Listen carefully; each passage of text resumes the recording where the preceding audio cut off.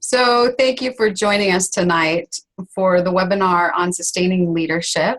And if everyone will just take an opportunity to introduce themselves. I'm Janet Kester from Arapahoe Douglas. DJ Anderson from Fort Collins.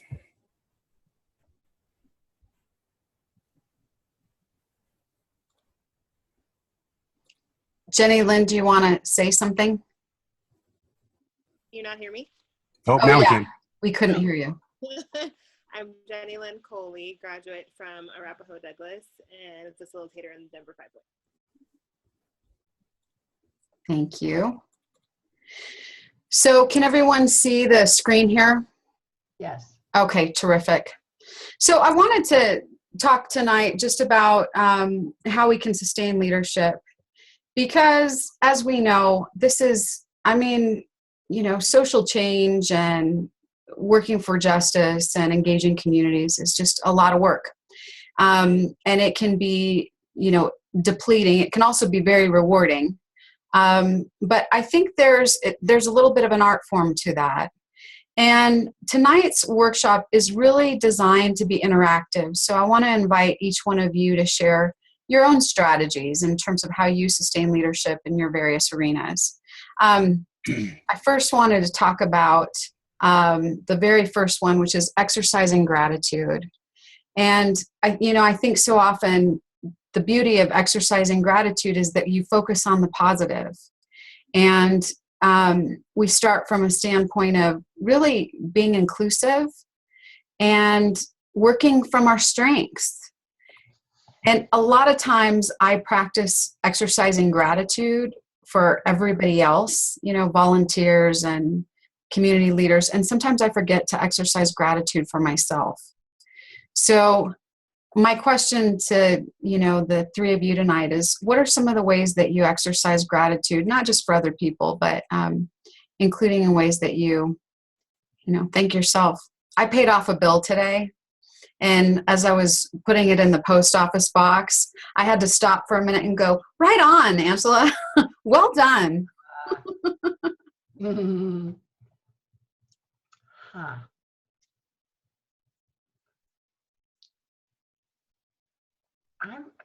Golly. Go ahead, DJ. Yeah, I would say that's not one of my strengths, actually, showing gratitude to myself. I a lot of times I'm not great at receiving gratitude a lot of times either. So it's one of those tough ones for me. I am very gracious, I think, to other people, and I'm very good about making a big deal about them helping out and volunteering and trying to recognize their strengths and praise those strengths. That would be my key for other people. Mm-hmm. Mm-hmm. Jenny Lynn, anything you? Go ahead, Janet. Oh, I was thinking that I am so grateful for my parents and the good parts of each of them that I can see in myself. And as I do things that I know they would be so pleased, of course they're gone, but I think they would be so pleased that I'm doing, I get all excited about that. And I it was partly for them and for me, and it's just kind of like a group. Didn't we do well? Or, yeah, I'm just so glad that you urged me to do these things. That kind of thing. It's sort of how it works for me. Yeah, gratitude and spirit. Mm-hmm. Mm-hmm. Excellent. Okay, I'm going to move on to the next one. Oh, did you want to let me go? Oh, sure, Jenny. And we don't all have to go for everyone, but please, yes. And now I don't know how to get back to the. Oh, here we go. Hold on. I'm getting back there. I tend to be quiet sometimes, so I know you never know when I'm going to speak up or not. Yes. I can't hear you as well, Jenny Lynn. Is that better? Let's try again. Is that any better? A little. Okay. My volume's all the way up, so. Okay, that'll do. So for me, it's just really remembering the small things. I'll even thank my body that I don't have to remind my lungs to breathe or my heart to beat, things like that. So just celebrating those really, really small things that sometimes we very easily take for granted is really important to me. And so during my kind of morning ritual, I'll have tea and meditate and just think about all of the different things that I'm really grateful for. And the other thing that I do, which I think is really imperative for leadership, because things don't always go our way. And it can be frustrating and kind of even defeating at times. And so when those moments happen, really asking myself, what's the gift in all of this, and what can I be grateful for? I learned from this. So those are some of the things that I do to exercise gratitude for myself, and just also kind of like Angela, celebrating those small little things I do every day, and then definitely practicing that with other people too, especially my children and my family. Well, and just when people show up, when they just simply show up, and when we show up, that's a big deal. It's an easy, thanks for being here. Thanks for expressing yourself. Thanks for taking action. I loved what you said, Janet, at the beginning when you said, your antidote to despair is to get busy, get working. Yeah. So, okay. And the next one is, surround yourself with leaders. I think it's so important that we are around people who both challenge us and inspire us, and also give us examples of what to work towards. And I remember an earlier webinar that I shared my office. And then Janet and I were talking on a phone call later, and she said, that she was really moved by my office. So I'm going to just go ahead and share my office one more time. It's always a little bit tricky on how I do this, and it's really messy. But I have there, just key figures during the struggle for civil rights, Rosa Parks and Angela Davis and Dr. Martin Luther King, and also Harriet Tubman. I have all around my office these quotes that give me inspiration. Here we see Mahatma Gandhi, and the quote under there is, "It's not an easy or convenient life for which I search, but rather lived to the edge of all my possibilities," by M.A. Hershey. And then I've got my kids here because, that motivates a lot of what I do. And right above, I have my favorite kind of talk about, getting centered every morning is my little love sign that lights up.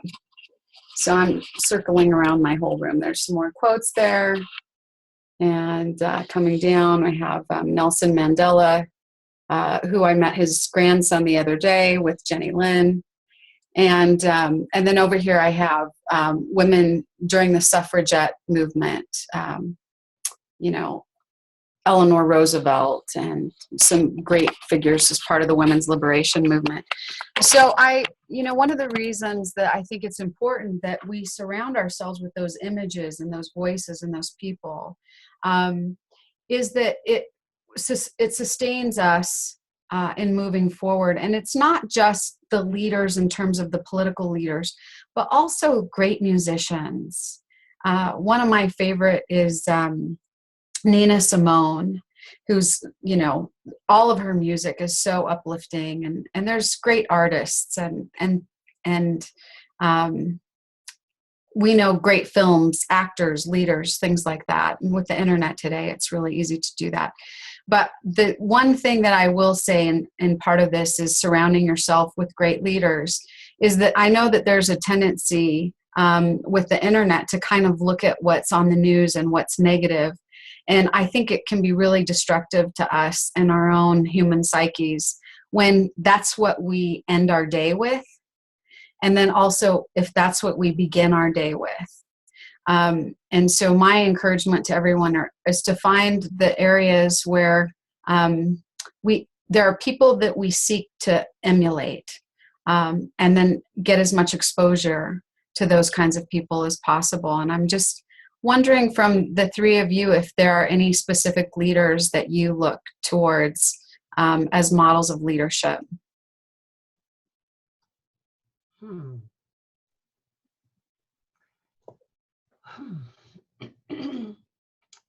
I just get quotes from all sorts of things.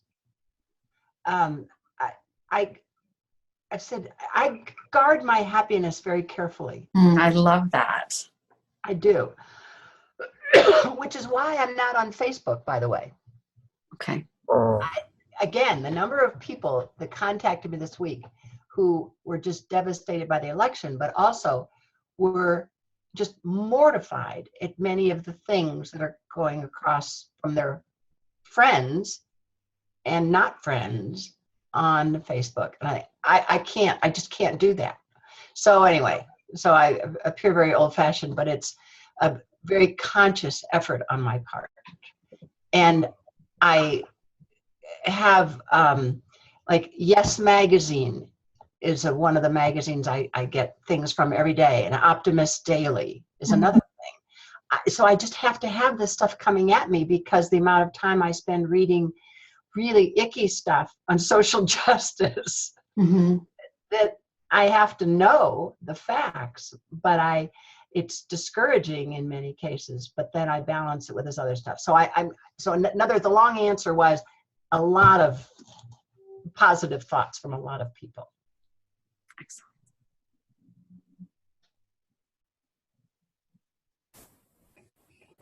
I'm not sure I have one. Really? Yeah. Jenny? I don't think I can narrow it down to ones that inspire me, I guess. When I was teaching, I used to read these I had this collection of one-page biographies of great leaders. And I can't figure out what happened to that, but it was really powerful for the kids to just read those one-page biographies of great leaders throughout our country. Because I think we have a lot of examples of not great leaders, and we have to counter those with, what would Eleanor Roosevelt do, and what did Helen Keller, how did she overcome obstacles, and just those kinds of examples. Jenny Lynn, any that you want to add? I mean, outside of like the more popular or typically known political leaders, I'm very much into personal growth. So I look to people like Jim Rohn, who's now deceased, Jack Canfield, Joyce Meyer, different people like that who are thought-provoking leaders and change agents, in my opinion, to kind of inspire me. And then I really am particularly inspired by those local everyday heroes that maybe don't get the recognition on a large, grand scale. So people who are really making moves here locally in the Denver metro area and Denver community. Those are the people who really inspire me more so than the people who get a lot of large recognition in the media. Yeah, I think that's a great point. I mean, Janet and I were just talking about in our community, where is the leadership coming from? And those people, they need as community as much as we need community. And so that aspect of just looking for where are the people that we can follow and stand with. Okay, I'm moving on to the next one. And leadership. It's not what we do, it's who we are. I have given some keynotes on the subject of leadership. And I think a lot of times what hangs us up as leaders is that we feel like we've got some kind of outcome that we're trying to achieve. And we get hyper-focused on, our leadership only has value if this happens.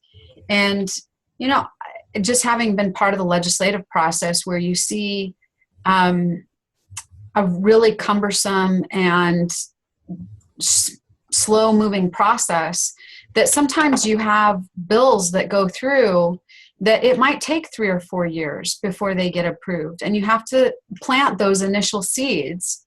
And sometimes they have different incarnations. And so, for example, when we first ran the Parents' Rights Bill, it got shot down. And then there was a bill that the governor initiated, and lo and behold, parents' rights were incorporated into that. But had we not laid that initial groundwork, that wouldn't have happened. And the winds look different. And so I think, my suggestions really for leaders is not to get too caught up on the end game or the final wins, but to recognize that when you're in a place of, I'm doing this because this is who I am, that's what's sustainable. If you're doing it because this is the gain that you're hoping to get at the end of the week or the end of the month or the end of the year, when that doesn't happen, then what becomes the cycle is, well, then I'm not going to do this anymore because I didn't get that outcome. And I think what we really see over the history of all cultures and all societies is that that struggle for justice is constant and ongoing. And it might be the current iteration of justice is for the LGBT community. It might be on the issues of race, equity, and equality. It might be on the issue of, I think, given this election, that we're going to see a new rise of the women's liberation movement.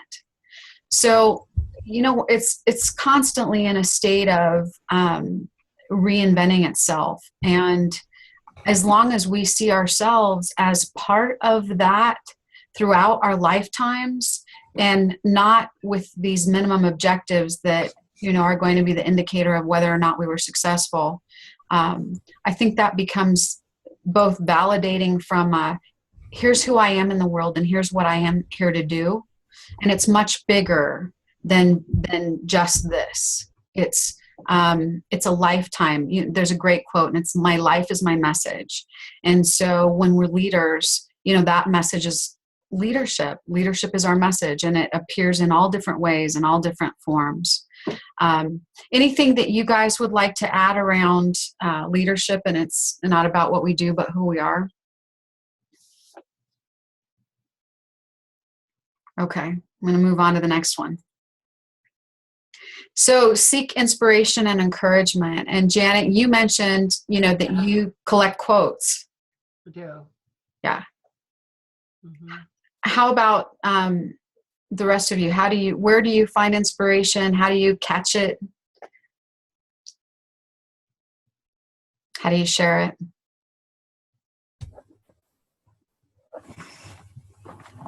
I get it from looking at children, especially the younger ones, really, because the possibilities are so huge and it's kind of endless, and I get inspired by that. Mm-hmm. Yeah, my favorite inspiration, children. Mine as well. And I love quotes also. Just because of the people that I interact with so much on Facebook, a lot of my news feed is filled with very positive, inspiring things, quotes, videos, different things like that. So I'll sometimes kind of scroll through and maybe share something that I find inspirational. And now that Facebook is doing that like memory share thing every day, where you see the things that you've posted in the past, sometimes you share something that inspired me before, because it's just as valid, if not more so, today. Yeah. And I think we can be part of fulfilling the inspiration pool. There are times that we challenge. There are times that we're critical. And I think the word that came up earlier was just that aspect of the balance, though. So yeah, there are times that you say, hey, this isn't okay. But then there are also times that you say, did you see this? And, just making each other's day. Like, what if that was the goal? What if the goal for every single person was to make someone else's day? Like, could we just do that? Sleep so well at night. What's that? And they would sleep so well at night. Yes, exactly. I often find that a lot of my friends talk about, and colleagues and those that are advocates, that they get so entrenched in the struggle, it keeps them up at night. And I say, gosh, what a disservice to the cause, that you didn't create the conditions to allow yourself to rest and recover. And we have control over that. So, you know, shutting down and allowing ourselves some quiet at the end of the evening, or reading the books that are inspiring and encouraging and optimistic, or even guiding and, you know, that show a way to progress. And then also starting the morning that way. I chose this quote, "Inspiration comes to us slowly and quietly. Prime it with a little solitude," is because about a year and a half ago, I started meditating. I joined a co-op in Wash Park, and I meditated before, but I didn't have a really strong developed practice. And it has been quite extraordinary. I think probably the most significant tool that I've adopted in my own leadership and in my own lifestyle practice is meditation, because it's in that quiet that the still voice of intuition comes to me and guides me. And I think in today's information age, where there's so much information that's coming at us and bombarding us, that really, you talked about protecting happiness, Janet. For me, it's about protecting the stillness and the quiet so that I can hear the wise voice from within. So, and there's I'll just share that there's a free app. It's called Inspirational. Now I can't think of what it's called, darn it. That happens. Insight Timer. And it's a phone app, and it has meditations, guided meditations, but also just bells, you know, that I use. I just am a silent meditator. So if you haven't tried meditation, I'd like to invite you to my meditation studio, and I'd be happy to spot you for your first visit, because I believe so strongly in that. All right, next slide. Anything anybody want to add before I move on to this one, from this one? I do. Okay. Just going back to something you had said earlier, I actually changed my definition of success for myself quite a while ago, and now I measure it in whether or not I made a difference in one person's life each and every day. And as long as and you can do that with something as simple as a smile. So, you know, being that inspiration and encouragement and sharing that as well, I think makes a huge difference. And so it kind of takes the pressure off and then allows me to create a whole lot more by not having this big grandiose version of what I think success means. Outstanding. You're doing it. We're talking about it and you're already doing it. So this next one is take breaks. You know, right now in the public education system, one of the things that's really come under fire is that kids, you know, they're only getting like 10 minutes for lunch.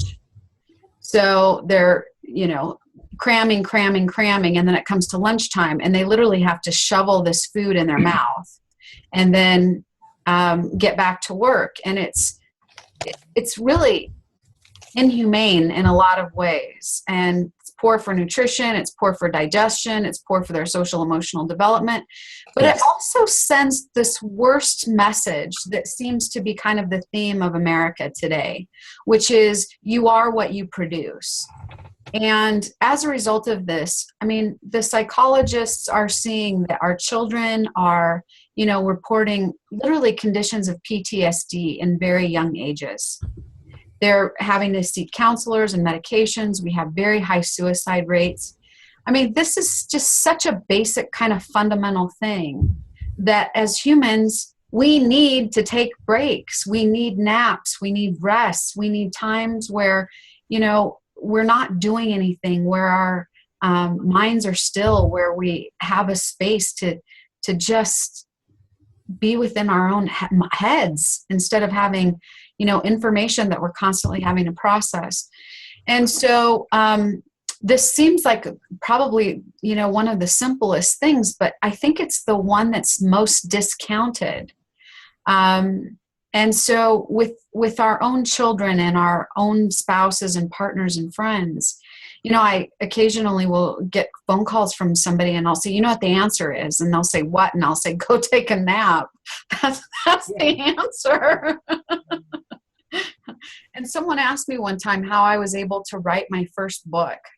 And I ended up writing Seeds of Tomorrow in the middle of the night, because that was when I could hear myself the loudest, is when it was, quiet all around me. But we often don't create those spaces for ourselves and for the people that we love.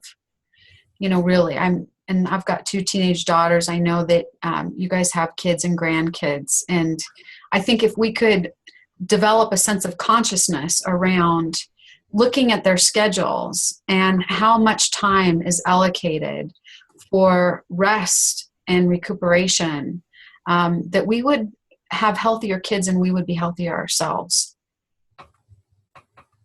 Anything that you guys want to add around how you protect your rest and take breaks and that sort of thing? I absolutely believe and advocate that the world would be a much better place if all adults had afternoon naps. I'm sure that's And I think the key is for that too is like, don't take the nap and then beat yourself up for taking the nap after you take the nap. Just like really enjoy that time and allow yourself to have that time and give yourself that gift. I definitely do that for myself every now and again. And I recently pulled my 13-year-old out of regular public school, which is definitely a lot harder to control that, protecting that time. But when we sat down with his learning coach, because he's in an online program now, she actually had him schedule in an hour where he has to get up, get away from the computer, go outside, walk the dog, and take a break. And I was so grateful that they honored that and were willing to protect that time for him. So it's really important. Mm-hmm. I think in classrooms, it's really easy to do. I think if you adopt, 45 minutes or an hour of silent reading time, and, it's not one of those things that's computer, generated where they're having to log their answers or log their time or answers questions, but that they're sitting there with a book and just reading, that can represent both educational and just a healthy kind of learning state for those children. So, but I'm using the analogy of schools and education, but this really does apply to all of us. And for those of you that know, I have a nonprofit called Uniting for Kids, and it's run by entirely volunteers, and we work, all throughout the school year. And one of the things that we started doing this last year was just literally taking the summer off and not doing anything. So, all efforts ceased, and we enjoyed time with our family and friends and got to travel and take naps. So highly recommend it. So be efficient, but don't wear a cape. When I was teaching school, I used to encourage kids. I had this saying, it was, I want you to be a lazy mathematician. And it was all about, thinking smarter, not harder. And, again, we get on these treadmills and it's like, well, I got to do this and I have to do this. And here's my list. And then I'm going to do this. And I think when I talk about being efficient, it's looking at where are the opportunities and what can be delegated and what are other people doing. And if they're already doing it, then don't do it. Find something else to do. But don't do the same things that other organizations or other leaders are doing, because it's incredibly inefficient. And then the other thing is, and let me give another example of that before moving on. We're talking about Facebook and social media, and a lot of people will get on there and they'll do these long rants, and you can, see, 15 hours of comments and, full chapters of responses. Those are opportunities that had you just written a 600-word editorial to the newspaper, you would have reached far more people. You'd have much greater impact than, commenting or blogging on social media. Not that people don't see that, but looking at who's the audience and how can you be most targeted with utilizing your voice. Things like, people will get angry about something and they'll call and complain to 10 friends. Well, don't call and complain to your 10 friends. Get on the phone with the principal, or, get on the phone with whatever agency is working on that issue, and share your story and ask how you can get involved. But those kinds of things are, rather than, in FLTI, we talk about putting the I over the E. We do that so that we can be more thoughtful and more efficient with our time and limited resources, because there's so much work that needs to be done. And making sure that we're stealthy in doing that. Where are the opportunities? And then, going to where the opportunities are. Where's the need? Being flexible and adaptable in our agendas and our programs and our goals, that we're paying attention. We've got our head above water enough so that we can see where are the areas where I can make the greatest amount of impact. And then I picked this little superhero girl here because I think sometimes our ego gets too involved in all of this, and we come to the work of leadership with, we're going to do it all. And I have to say, the thing about capes is they get caught on things. So, it's don't leave the cape at home, wear it when you're living out those fantasies or whatever you have. But in reality, we all have to play the role of heroes, and we have to look at not only how we can share leadership, but how we can also empower others around us. Anything that you guys would like to say, share, experiences, examples, add-ons to this? Okay, we're getting close to the end. I'll quote the movie Incredibles, which is, no capes, no capes. I like it. All right, here's this big one. And I talk about this all the time, but critical to maintain focus, because as we know, there are a lot of issues out there that need attention. There's environmental issues, there's income inequality issues, there's health issues, there's children's issues, there's issues for seniors, there's issues around race equality and LGBT equality. I mean, we got a lot of issues that require attention, and that require the public to be engaged with and taking action on. The challenge is that if we take it all on, then we're not effective in any of those categories. So I really encourage folks to specialize. Ask yourself what it is that's most important to you. Lay out your priority list and pick those top 2 or 3, and then say no to everything else. Give yourself permission to say no, because whatever cause that you have said yes to needs your full attention. I have a no board policy, and the reason I have a no board policy is because I could spend all my time in meetings, and I wouldn't be able to get to the things that I'm good at, really good at. So I protect the time so that I can be effective in the areas where, it's that understanding of why are we here and what are we meant to do. And once we figure that out, then it's a matter of really getting to work, and not getting distracted by, the millions of other demands on our time and talents. So I'm sure you guys have something to add around focus. No? Okay. That's one that I struggle with personally. And actually facilitating FLTI helps so much, because then I get to be inspired by all of the other leaders and all of the work that they're doing, and kind of help support and contribute to that. And then remind myself that even though I'm interested in 5 million different things, I don't have to do it all. Yes. Yeah. What does it feel like to say no, Jenny Lynn? Sometimes it's really easy, and I remember that no is a complete sentence. So it's very empowering, and at other times it's a little more difficult. So Yeah. Yeah. Thank you.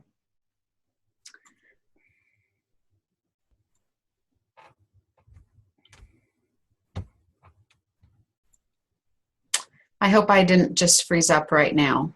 Okay, here we go. Reflect, examine, and revise. I just had the pleasure of attending a lecture from Dr. Colin West. He's the author of Democracy Matters and Race Matters, and he's got like 12 other books. He was over at Mesa College last week, and so I had the opportunity to hear from him. And I think, what stood out for me is I think one of the biggest challenges that we have today is a lack of, self-examination. And until we really look at ourselves, what are our barriers? What are our bias? What are our limitations? What are our values? That it's really hard to look at it from the global perspective. If we can't honestly take a look at ourselves and say, what can be improved and what's out of alignment here. And what just simply isn't right, what's wrong in our own thinking, because we all have a degree of wrongness in our own thinking. There's no way to escape bias. So this whole aspect of, taking a good look so that then we can look at the bigger global picture, but then it's not so challenging and not so threatening to engage in this act of critical examination about our own systems and our own policies, because we've done that within ourselves. And then a willingness to revise, a recognition that we don't always get it right. And so, let's keep the things that are working, and let's be willing to get rid of some of the things that aren't working. And I think, given the election and, the recognition that Donald Trump is going to be our next president, I think that there are some areas that require careful reflection and revision. And I'm going to be looking forward to those opportunities. And I'm not going to be looking to someone else to fix it. I'm going to be sharing in the responsibility of that process of self-examination and that process of revision, because that's what it means to live in a democracy.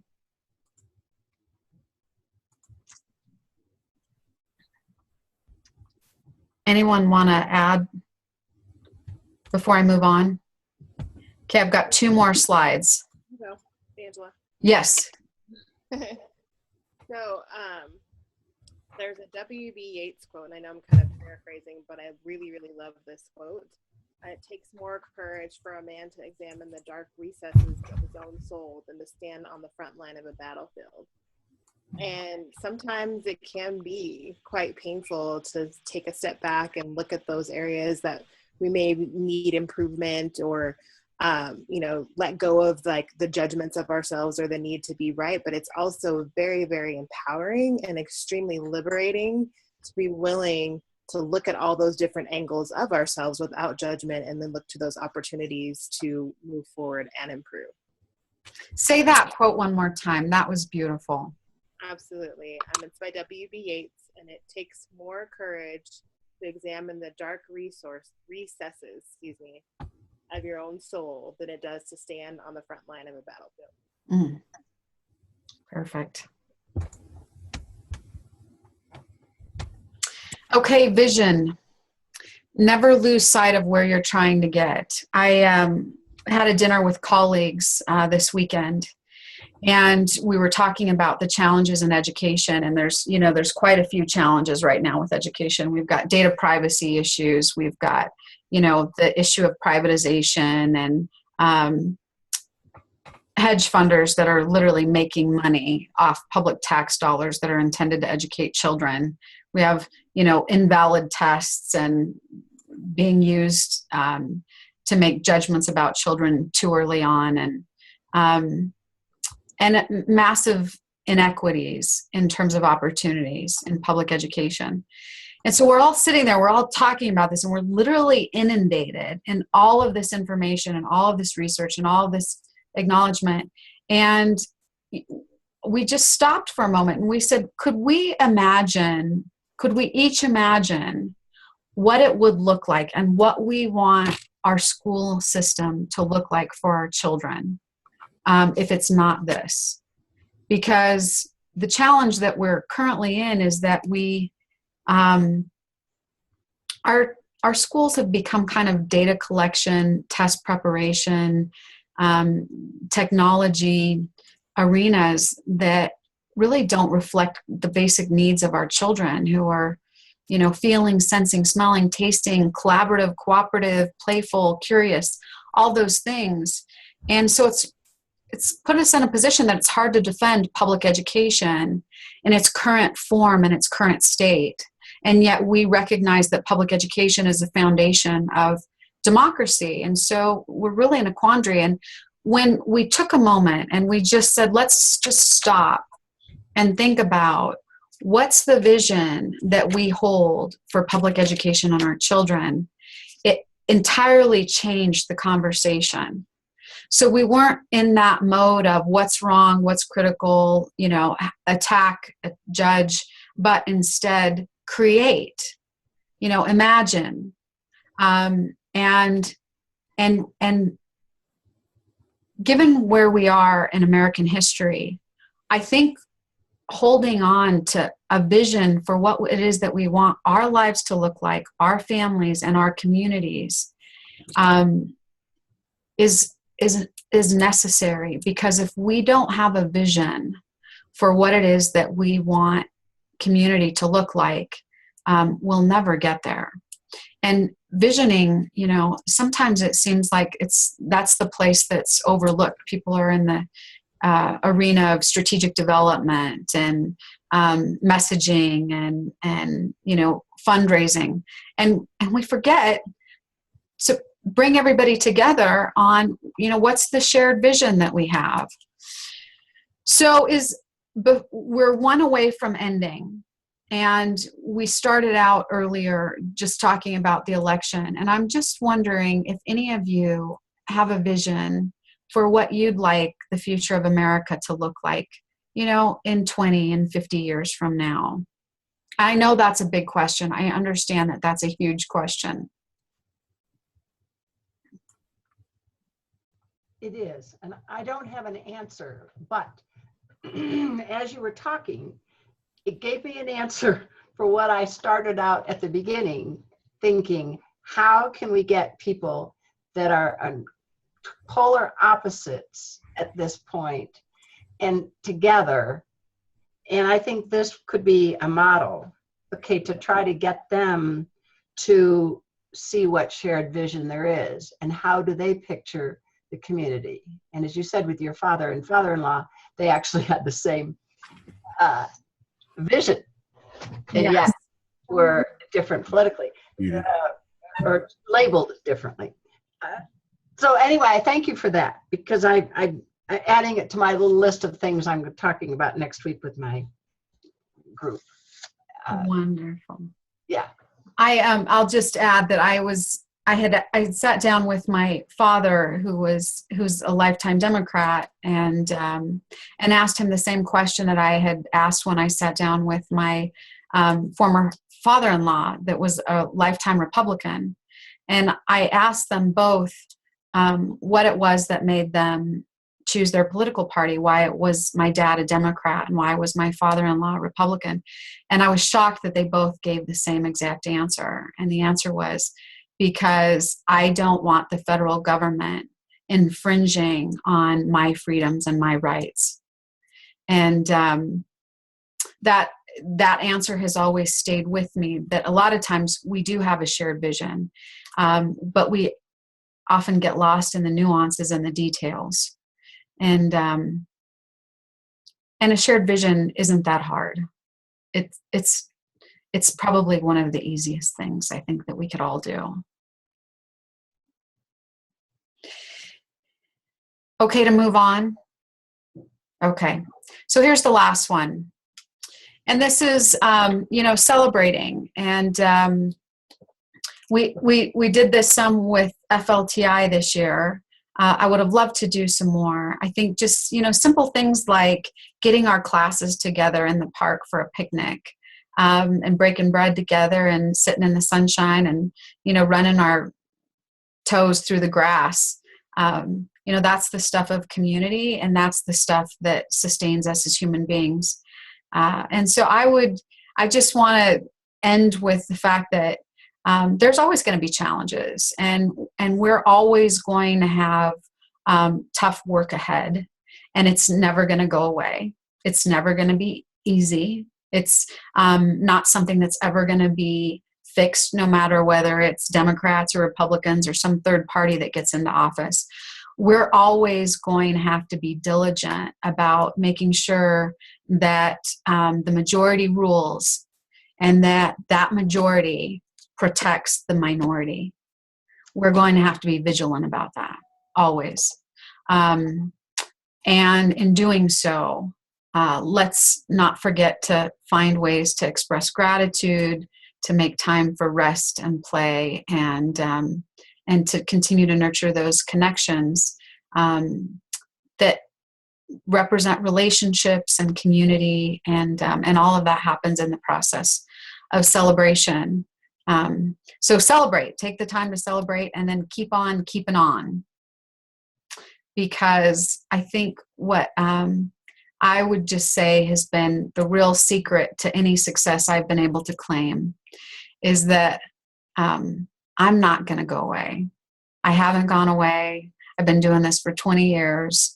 I'm not going to go away. Sometimes when I walk into these rooms and there are a lot of people that are on the opposing side, and I'm the one person there that's saying, how does this serve the interests of children? One of the things that I keep in mind is, I'm going to outlast you, because I know how to sustain leadership. And that is one thing about me that I'm just never going to let go of. I know that's true for all of you. Janet, I know that you have, been making an impact for children and people in all different ways. DJ, I look at the work that you did this summer. You're tireless in your efforts to make an impact. Jenny Lynn, you have so many gifts, and you really do work in multiple arenas, spiritual arenas and civic arenas, and bring those together so beautifully. So you are the examples of leadership sustained. And I just want to go back to the beginning, which is to say thank you for being you. Thank you for figuring out who you are and what you're here to do, and for sharing that with the rest of the world. That's what makes change. So thank you. Thank you. Thank you. This has been really inspiring, Angela. Thanks a lot. Oh, my pleasure. Any final thoughts before I hit the stop record button? I was just thinking of an analogy I use quite often, celebrating, and it's when a rocket ship is on its way to space, it's actually off course 99.9% of the time. So I kind of envision myself as a person stepping into that rocket ship, and the vision of standing on the moon, once the rocket ship lands. And as it's off course, that 99.9% of the time, it's making little tiny course corrections the entire time. And so I see that as those both small and large bumps in the road that we get when we're on our way to achieving whatever that vision is we might have for our lives, or for the things that we're passionate about and that we're moving towards. Just remembering to stop and celebrate all of the progress along the way, even though it might not look exactly the way we think it should look. Exactly. Good. Yeah. Thank each and every one of you for joining this webinar. And I'm giving you all a huge hug. And Becca. I'm going to stop the recording right now, and then I'll end on one final thought.